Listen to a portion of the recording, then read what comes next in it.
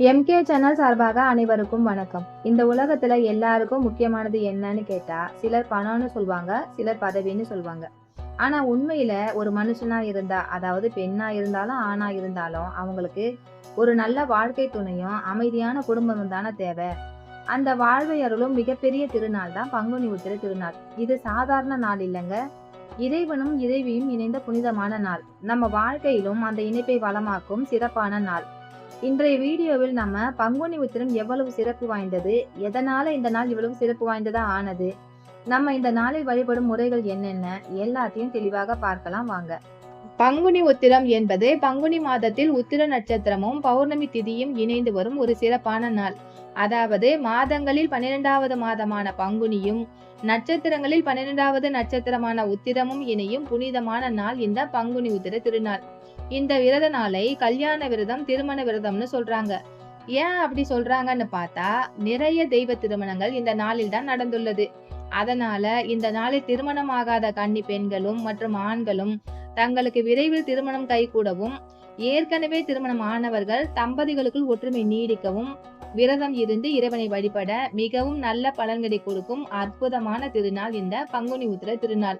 இப்போது நாம் இந்த நாளில் என்னென்ன தெய்வ திருமணங்கள் மற்றும் சிறப்பான நிகழ்ச்சிகள் நடைபெற்றுள்ளது என்பதை பார்த்துவிட்டு, இந்த நாளுக்கும் முருகப்பெருமானுக்கும் உள்ள நெருங்கிய தொடர்பு என்ன, அதன் பின்னணியில் உள்ள வரலாற்று கதைகள் என்ன என்பது பற்றி பார்க்கலாமா?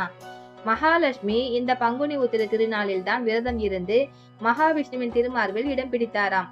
பிரம்மன் தன் மனைவி சரஸ்வதியை நாக்கில் வைத்துக் கொள்ளும்படியான வரத்தை இந்த நாளில் தான் பெற்றாராம். சந்திர பகவான் கார்த்திகை, ரோகிணி உள்ளிட்ட 27 நட்சத்திரங்களை மனைவியராக அடைந்தது இந்த நாளில் தானாம். திருப்பரங்குன்றத்தில் முருகப்பெருமான் தெய்வானையை மணந்தது இந்த பங்குனி உத்திர நாளில்தான். அது மட்டுமல்லாமல் முருகப்பெருமானின் மற்றொரு மனைவியான வள்ளி பிராட்டியின் அவதார திருநாளும் இந்த நாள்தான். ராமர் சீதையை மணந்தது, லக்ஷ்மணன் சத்ருகனன் ஆகியோருக்கு திருமணம் நடந்தது இந்த நாளில்தான்.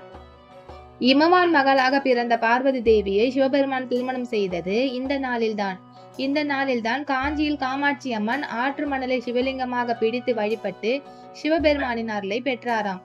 மதுரையில் மீனாட்சி சுந்தரேஸ்வரர் திருமணம் நடந்தது இந்த நாளில்தான். ஆண்டாள் அரங்கமன்னர் திருமணம் நடந்ததும் இந்த நாளில்தான். அர்ஜுனன் பிறந்ததும் இந்த நாளில்தான். சுவாமி ஐயப்பனின் அவதார திருநாளும் பங்குனி உத்திர நாள் தான். இந்த நல்ல நாளில்தான் காரைக்கால் அம்மையார் முக்தி பெற்றார். இடும்பன் மூலம் காவடி தூக்கும் பழக்கம் இந்த நாளில் தான் ஆரம்பித்தது. சிவனின் தவத்தை கலைக்க நினைத்த மன்மதனை சிவன் எரித்தார். ரதியின் பிரார்த்தனைக்கு இணங்க மன்மதனை சிவன் உயிர்ப்பித்த நாளும் இந்த நாள்தான். மார்கண்டேயனுக்காக சிவன் காலனை தன் காலால் உதைத்த நாள் இந்த நாள். இத்தனை சிறப்பு வாய்ந்த பங்குனி உத்திர நாளில் நாமும் இறைவனை பிரார்த்தித்து இறைவனின் பரிபூரண அருளை பெறுவோம். இந்த நாளில் தெய்வ திருமணங்கள் மட்டுமின்றி அடியார்களுக்கும் எப்படியெல்லாம் இறைவன் அருள் செய்தார் என்று பார்க்கலாமா? சென்னை மயிலாப்பூரை சேர்ந்தவர் சிவனேசர். இவர் தன்னுடைய மகள் பூம்பாவையை திருஞான சம்பந்தருக்கு திருமணம் செய்து கொடுக்க நினைத்திருந்தாராம். அந்த நேரத்தில் தோட்டத்திற்கு மலர் பறிக்க சென்ற பூம்பாவை பாம்பு தீண்டி இறந்து விட்டாள். அவளுக்கு இறுதி காரியங்கள் எல்லாம் செய்து முடித்து விட்டார் சிவனேசர். இதை தெரிந்து கொண்ட சம்பந்தர் பூம்பாவை எரித்த சாம்பலை கொண்டு வர செய்தாராம். பங்குனி உத்திர திருநாளில் சிவனின் திருக்கல்யாணம் நடக்குமே, அதை காணாமலே போகிறாயே பூம்பாவாய் என்ற பொருளில் ஒரு பாடல் பாடினாராம். உடனே சிவன் அருளால் அவள் உயிர் பெற்றாளாம். வழிவிழா பாடல் செய் பங்குனியுத்திர நாள், ஒளிவிழா காணாதே போதியோ பூம்பாவாய் என்பது அந்த பாடலில் உள்ள வரிகள். அடுத்ததாக சுந்தரமூர்த்தி நாயனார் மனைவியான பறவை நாச்சியார் பங்குனி உத்திர நாளன்று கோவிலுக்கு சென்று இறைவனை வழிபட்டுவிட்டு அவளால் முடிந்த அளவு ஏழைகளுக்கு தானம் செய்வாளாம். இது சுந்தரருக்கு தெரிய வந்தது. அவர் என்ன நினைக்கிறார், தன்னுடைய மனைவியுடன் சேர்ந்து மிக பெரிய அளவில் நாமும் தானம் செய்யலாம் என்று. ஆனால் அதற்கு நிறைய பணம் வேண்டுமே, என்ன செய்யலாம் என்று யோசிக்கிறார். அடியார்களுக்கு அப்பன் இன்றி யார் துணை, அவனையே கேட்கலாம் என்று முடிவு செய்து கொண்டு திருப்புகலூர் என்ற இடத்தில் இருக்கும் ஈஸ்வரனை வழிபட்டு பொன் கேட்கிறார். ஆனால் ஈசன் திருவிளையாடல் புரியாமல் உடனே கொடுப்பாரா? எதுவுமே கொடுக்கவில்லை. இதனால் கவலை பிடித்து கொண்டது சுந்தரருக்கு. அதோடு நடந்து வந்த களைப்பும் வேறு. அங்கேயே கோபுரத்தடியிலேயே ஒரு சுட்ட செங்கல்லை தலையணையாக வைத்துக் கொண்டு தூங்கிவிட்டாராம். விடிந்து பார்த்தால் அங்கிருந்த செங்கற்கள் எல்லாம் தங்க கற்களாக மாறியிருந்ததாம். திருப்புகலூர் இறைவன் கருணையை புகழ்ந்து தம்மையே புகழ்ந்து இச்சை பேசினும் என்ற பதிகத்தை பாடினாராம். இந்த அற்புதம் நிகழ்ந்தது பங்குனி உத்திர திருநாளில்தான். பங்குனி உத்திரம் பல தெய்வங்களுடன் தொடர்புடையது என்றாலும் இது முருகனுக்குரிய விரத நாளாக குறிப்பிடுவதற்கு மிக முக்கியமான காரணம் ஒன்று உள்ளது. பங்குனி மாதத்தில் தான் அசுரர்களின் ஆட்டத்தை அடக்க முருகப்பெருமான் தன்னுடைய தாய் தந்தையரை வணங்கி பயணத்தை ஆரம்பித்தாராம். குதிரைகள் பூட்டிய தேரில் முருகப்பெருமானுக்கு வாயு பகவான் சாரதியாக இருக்க முருகரின் படைகள் அணிவகுத்து சென்றன. அப்போது வழியில் ஒரு சிறிய மலை முருகனின் படைகளை வழிமறிக்கும் விதமாக பெரிதாக வளர ஆரம்பித்தது. இதை பார்த்ததுமே காரணம் தெரியாமல் எல்லாரும் திகைத்து நின்றாங்க. அப்போது அங்கிருந்த நாரதர் அந்த மலையை பற்றி முருகனிடம் சொன்னார். இந்த மலை கிரௌஞ்சன் என்னும் அசுரன். இவன் எல்லோருக்கும் தீமைகளையே புரிந்தான். இவன் தீய சக்தி காரணமாக அகத்திய முனிவர் சாபமிட்டார். அகத்திய முனிவரின் சாபத்தால் அசையாமல் மலையாகி நின்றாலும் இருந்த இடத்தில் இருந்து கொண்டே தன்னை கடந்து செல்பவர்களை ஏமாற்றி தொல்லை தந்து கொண்டிருக்கிறது இந்த மலை என்று சொன்னாராம். மேலும் இந்த மலைக்கு பக்கத்தில் உள்ள மாயாபுரி பட்டினம் என்ற நகரில் சூரபத்மனின் தம்பியும் யானை முகம் கொண்டவனுமான தாரகாசுரன் ஆட்சி செய்து கொண்டு தேவர்களை மிகுந்த துன்பங்களுக்கு உள்ளாக்கி வருகிறான் என்ற தகவலையும் சொன்னாராம். உடனே முருகப்பெருமான் தன் தளபதி வீரபாகுவை அழைத்து படையில் பாதியை அழைத்து கொண்டு சென்று தாரகாசுரனை அழித்து விட்டு வா என்று கட்டளையிடுகிறார். முருகப்பெருமானின் படைத்தலைவன் வீரபாகு படையோடு வருகிறான் என்பதை தெரிந்து கொண்ட தாரகாசுரனும் பெரும் படையுடன் எதிர்த்து போராடுகிறான். கடும் போர் நடக்கிறது. போர்க்களத்தில் முருகப்படையின் வீரரான வீரகேசரியை தன்னுடைய கதாயுதத்தால் தாரகாசுரன் மார்பில் அடித்து சாய்க்கிறான். இதை பார்த்த வீரபாகு கோபம் கொண்டு தாரகாசுரனை கடுமையாக தாக்குகிறான். ஆனால் தாரகாசுரனோ திரிசூலத்தால் வீரபாகுவின் மார்பில் குத்த வீரபாகு மயக்கமடைந்து வீழ்கிறான். மயக்கம் கலைந்து எழுந்த வீரபாகு மீண்டும் போர் தொடுக்கிறான். எதிர் தாக்குதல் நடத்த முடியாது என்று தெரிந்து கொண்ட தாரகாசுரன் தன்னுடைய மாய வேலைகள் மூலமாக எலியாக மாறி கிரௌஞ்ச மலைக்குள் செல்கிறான். வீரபாகும் விடாது தொடர்ந்து மலைக்குள் நுழைய கிரௌஞ்ச மலையின் உதவியோடு தாரகாசுரனின் அசுர படைகள் முருகப்பெருமானின் படைகளை தாக்குகின்றன. இதை நாரதர் முருகப்பெருமானிடம் தெரிவிக்கிறார். கோபம் கொண்ட முருகப்பெருமான் தாரகாசுரனை கடுமையாக தாக்க ஆரம்பித்தார். தாக்குதலை சமாளிக்க முடியாமல் மீண்டும் எலியாக மாறி மலைக்குள் நுழைந்து மாய வேலைகளை காட்ட முருகப்பெருமான் தன் சக்தி வாய்ந்த வேலினை கையில் எடுத்து வீசுகிறார். துள்ளி வந்த வேல் மலையை பல கூறாக்கி உடைத்து தாரகாசுரனை கொல்கிறது. இந்த போரின் முடிவுக்கு பிறகு இந்திரன் தனது மகளாகிய தெய்வானையை முருகப்பெருமானுக்கு மனமுடித்து கொடுக்கிறார். இந்த சிறப்புக்குரிய நாள் தான் பங்குனி உத்திர திருநாள்.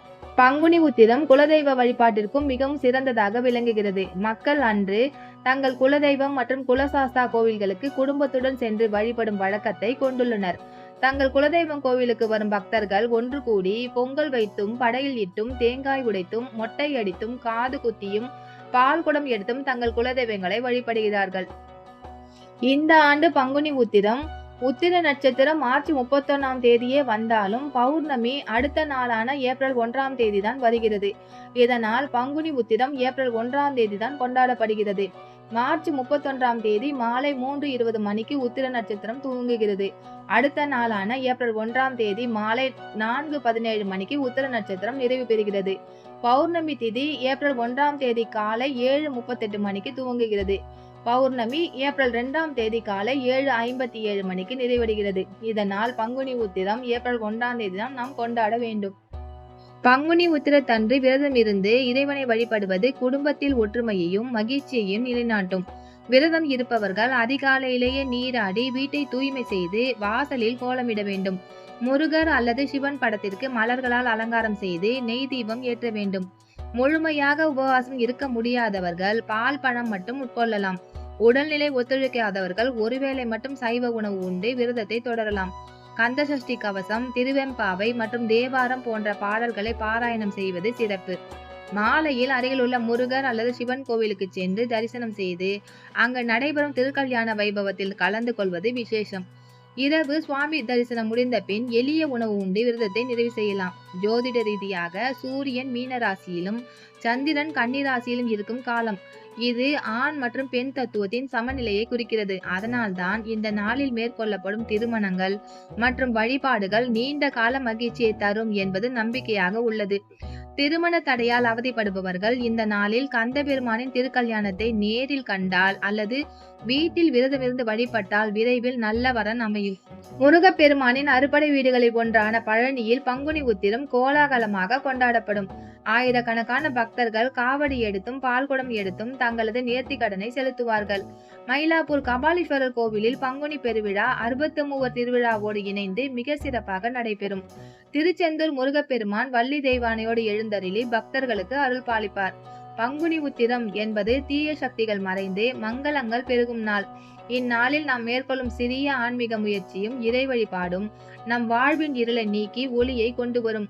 குறிப்பாக உறவுகளில் விரிசல் உள்ளவர்கள், மனக்கசப்பு உள்ளவர்கள் இந்த மங்கள நாளில் விரதம் இருந்து வேண்டிக் கொண்டால் அவர்களின் வாழ்வில் வசந்தம் வீசும். இந்த புனிதமான நாளில் நாமும் விரதம் இருந்து இறைவனின் அருளை பெற்று வாழ்வில் சகல சௌபாக்கியங்களும் அடைவோமாக. இந்த பகுதி உங்களுக்கு பிடிச்சிருந்தா லைக் பண்ணுங்க, கமெண்ட் பண்ணுங்க, சப்ஸ்கிரைப் பண்ணுங்க. நன்றி, வணக்கம்.